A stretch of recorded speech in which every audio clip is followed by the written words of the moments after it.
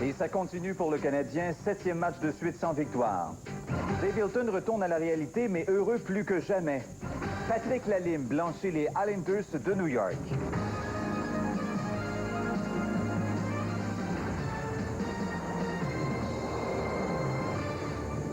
Bonne fin de soirée à tous et bienvenue au Bulletin TVA Sport. À son retour au jeu après une opération au genou, Saku Koivu a mis de la vie ce soir dans le centre Molson. Il a marqué 2 buts. Toutefois, ce n'est pas lui qui a volé la vedette. C'est Jaromir Jagr qui, lui, a inscrit un truc du chapeau dans un verdict nul de 4-4. Le Canadien qui n'a pas gagné à ses 7 derniers matchs. Michel Chabot assiste à la rencontre. Alors, Michel, les gens ont semblé apprécier le spectacle ce soir. Écoutez, ça faisait longtemps que le Canadien n'avait pas marqué autant de buts. Ils en avaient seulement 7 lors de leurs 6 matchs précédents, au cours desquels ils n'ont même pas eu une seule victoire. Ce soir, pas de victoire encore, mais il y avait de l'énergie ce soir. Le retour de Saku Koivu a inspiré les siens. Il y avait Dave Hilton qui était au centre Molson et Jeff Hackett, comme Dave Hilton, va être très fougueux devant le filet du Canadien. Ici, il gobe un tir de Robert Clank qui en aura 9 au cours de la rencontre. Puis, pour une rare fois, le Canadien porte le premier coup. Pendant un surnombre, Patrice Brisebois fait 1-0 alors que Rich Parent, à son premier match de la saison, a la vue voilée. Avec la suspension de Garth Snow, les Pingouins ont rappelé Sébastien Caron de leur filiale. Caron qui a remporté la Coupe Memorial avec Rimouski au printemps dernier, qui est maintenant dans la Ligue américaine. Il est bien placé pour voir Hackett donner son spectacle en première période. Les 13 tirs du Pittsburgh seront bloqués. Parent, lui, cédera une autre fois avant la fin de la période. À la 19e minute, le long retour de tir de Linden est saisi par Weinrich qui prend le gardien hors position. Bilan, 5 lancés, 2 buts. Les Pingouins réduisent l'écart en deuxième période quand Slager quitte son poste pour convertir la passe de Herdina. Hackett qui n'a pas eu le temps de sortir de son filet pour couvrir les angles, 2-1. Mais le Canadien restaure son avance grâce à un autre but en avantage numérique. Saku Koivu au vol, rabat le retour de Brisebois. Voici une belle façon donc de célébrer son retour au jeu et 3-1. Mais il y a un certain Jagr qui se charge de la riposte avec 2 buts en moins de 3 minutes en fin de période. Le second est inscrit sur le jeu de puissance sur son propre retour. Il s'agissait du 30e tir déjà des Pingouins. Une visite à Montréal est la meilleure thérapie pour mettre fin à une léthargie. Jagr complète son truc du chapeau tôt. Au 3e tiers, un véritable jeu d'enfant. Il a été un peu chanceux, mais bon, on fait souvent sa propre chance. 4-3 Pittsburgh et le capitaine du Canadien aidé brillamment par Petrov qui stoppe le one-man show de Jagr et qui nivelle les chances. Donc 4-4, 53 lancés, Guy, des Pingouins. Ça faisait depuis février 95 que les Canadiens n'en avaient pas concédé autant. Et c'était seulement la 6e fois en 33 parties que le Canadien enregistrait le premier but d'un match. Michel, vous avez des nouvelles de l'état de santé de Benoît Brunet? Oui, Benoît Brunet, 8 semaines d'absence, probablement entorse au genou. Je vous propose maintenant d'écouter les commentaires d'après-match. I think in the first period, the first 10-15 minutes, I was a little nervous, but then, especially in the second period, I was handling the puck more, and then I got the goal there, and I was kind of relieved. And I think overall, I think it was a fun game to play, and I think it was a fun game to watch. Jeff a fait la différence ce soir. Nous a tenus dans le match tout au long de la partie, mais je pense que c'est chacun son travail. Puis Jeff, ça fait partie de son travail, arrêter les rondelles. Souvent, de l'autre côté, par exemple, je pense que c'est peut-être l'équipe avec le plus de talent, qu'on dit talent pur, là. Manœuvrer la rondelle, comme on dit, des skill players, là, c'est vraiment une très bonne équipe. No, it's funny because warm-up, I didn't make one save. And literally, guys were trying to hit me at the end of warm-up to get me sharp. C'était un bon spectacle, je pense, pour les amateurs de hockey, là, quand on regarde le meilleur joueur au monde s'exécuter comme qu'il a fait ce soir. Puis de l'autre côté, d'avoir un gars comme Saku Koivu, son retour au jeu, là, la manière qu'il a performé, Jeff Hackett, les arrêts clés après arrêt clé. Donc, je pense pour les fans, c'est évident que c'est tout qu'un spectacle. Alors voilà, congé demain pour tout le monde. Les Blue Jackets, les terribles Blue Jackets sont ici lundi soir. Merci, Michel. Au revoir. Immédiatement après avoir conquis le titre de champion WBC des super moyens, Dave Hilton est retourné à la dure réalité, soit la poursuite de son combat contre l'alcoolisme. Pendant que certains célébraient l'événement, Dave est resté sobre alors que d'autres rêvaient de mettre la main sur la ceinture tant convoitée. Nous avons 2 reportages à ce sujet.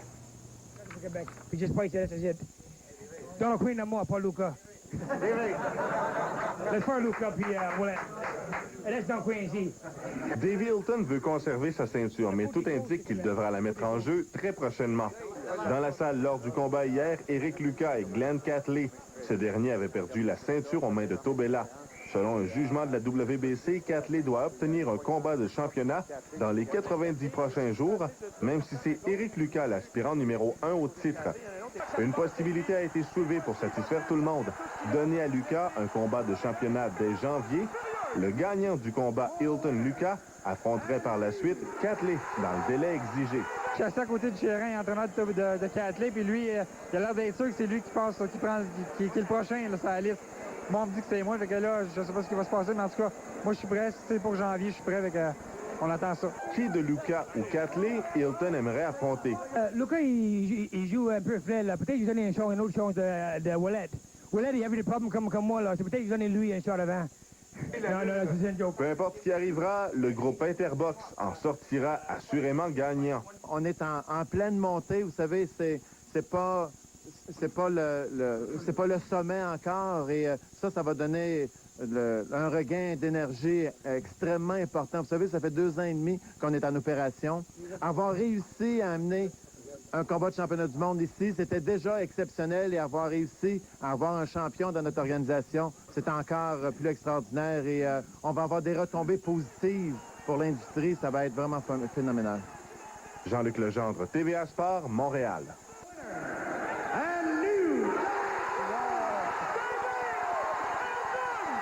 Cette victoire, Davey Hilton l'a trouvée enivrante, mais contrairement à toutes les autres, il l'a savourée dans la sobriété.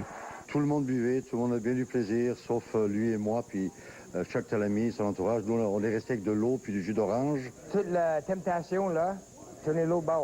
Pour Hilton, la fête se poursuivra en cours de désintoxication. 12 heures après sa victoire, il est de retour à l'Armée du Salut de Montréal. La Cour l'oblige à habiter ici jusqu'en avril prochain.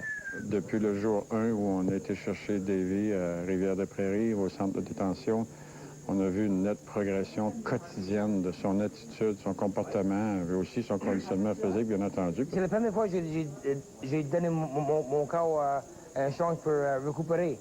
Puis ça, c'est aidé beaucoup. Champion du monde. Oui. T'as pas manqué, hein? Ah, ben... C'est le vidéo boxer. Ouais, hein? I want this guy here. I want these 2 guys right there. 2 at a time. Pour vaincre son alcoolisme, le champion mondial des super moyens doit passer le chaos à son orgueil. Ici, tout le monde est égal. C'est le même combat contre la même dépendance. Le jumeau de George Foreman. C'est une bonne preuve de la volonté et des sacrifices qu'il a fait que de venir ici et de mettre sa vie sur la bonne ligne.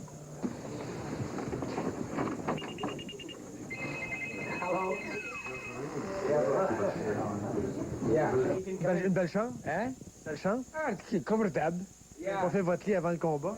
Non, parce que je viens puis je cherche tout le stock, là. Ce soir, loin des réflecteurs, Hilton dormira ici. Pour Saint-Jean, c'est un voisin comme les autres, ou presque. Il a maintenant une ceinture près de l'oreiller. Quand il va quitter le centre ici, est-ce que vous allez vous ennuyer de lui?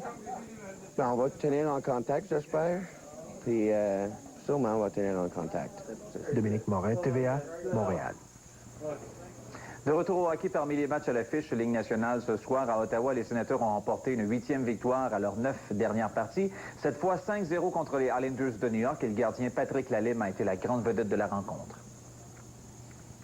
Patrick Lalime n'a vraiment rien à se reprocher à titre de gardien numéro 1 des Sénateurs. 26 arrêts face aux Islanders, dont celui contre Claude Lapointe. L'attaque avance confortable de 3 buts pour les Sénateurs en première. Zamuner, puis ici Alfredson et Yashin. 2 autres réussites en deuxième, dont cette superbe action de Prospal à Chasse-Lévis, son deuxième. Le défenseur Jamie Rivers a marqué le dernier en troisième. Les Sénateurs prennent le premier rond au classement de l'Est. 2 points pour Alfredson, Yashin, Prospal et Chasse-Lévis. À Philadelphie, attaque rapide des Devils. Mogilny en échappé dès la 2e minute de jeu. Tire bas, 10e but, mais la première période a quand même été dominée par les Flyers qui ont inscrit 3 buts sans réplique. Damon Lankow ici patine très librement et tire très précisément. Tocchet qui avait participé, il obtient un 2e point, son 4e but, un tir haut. Puis Ricky est complice de celui de Fedetenko 50 secondes plus tard. Cette avance est maintenue jusqu'à la fin grâce entre autres au 2e but du match de Simon Gagné. Bill Barber n'a toujours pas perdu en 4 parties à la barre des Flyers. 3 points pour Gagné, Tuckett et Langkow. À Boston, 2 joueurs se sont illustrés dans la victoire des Bruins 4-1 sur les Hurricanes de la Caroline. Sergei Samsonov avec ses 11e et 12e buts. Même récolte pour Joe Thornton, ses 10e et 11e. À son premier départ en près d'1 mois, Baron Defoe a stoppé 17 tirs, son 2e gain seulement cette saison. Et enfin, à Buffalo, Jean-Pierre Dumont s'est encore mis en évidence avec son 14e but. Et les Sabres ont défait les Panthers de la Floride 3-2. Dumont a participé à la marque lors des 5 derniers matchs. Il a 6 buts et 3 passes. Eric Rasmussen s'est également illustré avec 1 but et 1 passe. Les Sabres ont une fiche de 17 victoires et 10 revers cette année. Les Panthers n'ont que 6 gains en 26 matchs. Les Flames poursuivent leur voyage dans l'Est canadien, ne semblent nullement affectés par la fatigue, en prenant rapidement la mesure des Maple Leafs. 3-1 avant la fin de la première et 5-3 avant le dernier engagement. Mais les Leafs parviennent à remonter la pente. Le tir de Dave Manson ricoche sur le défenseur de Rick Morris, égalité 5-5.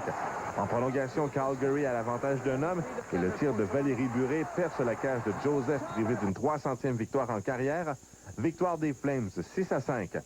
À Saint-Louis, le duel entre les Blues et les Red Wings ne fera pas de maître.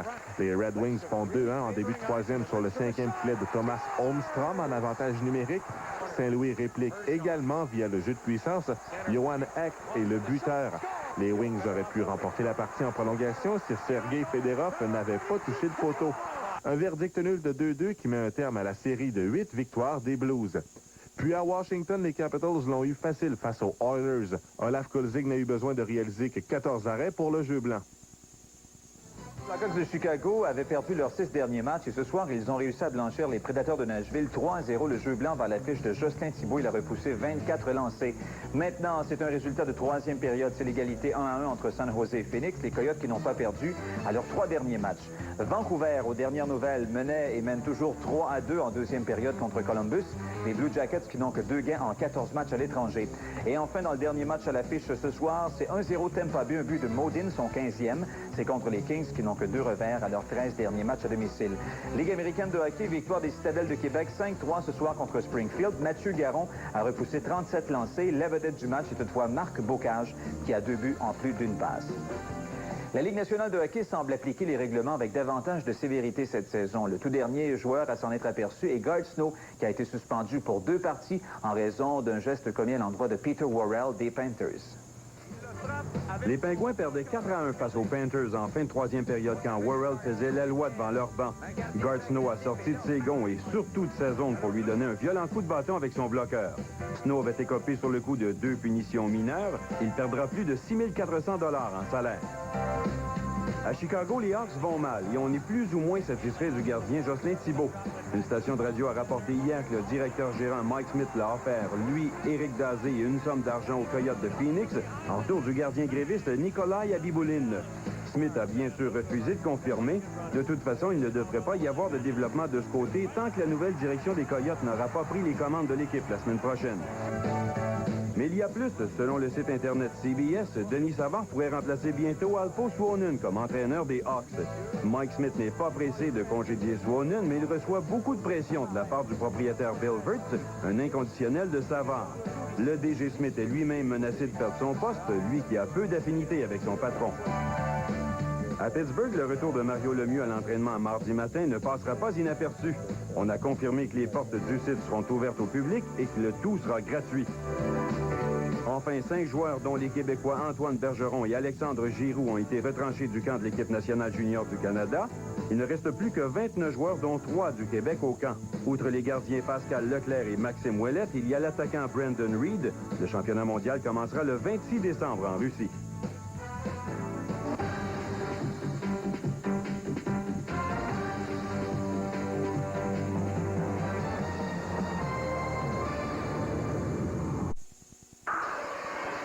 Les conditions de ski.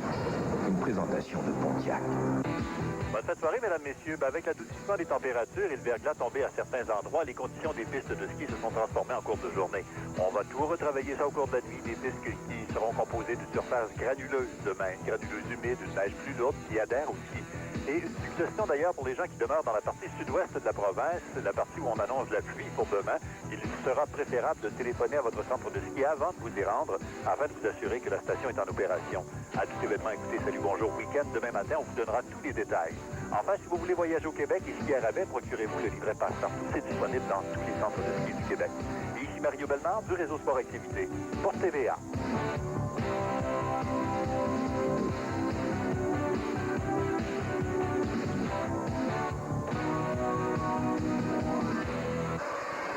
Les conditions de ski. Une présentation de Pontiac.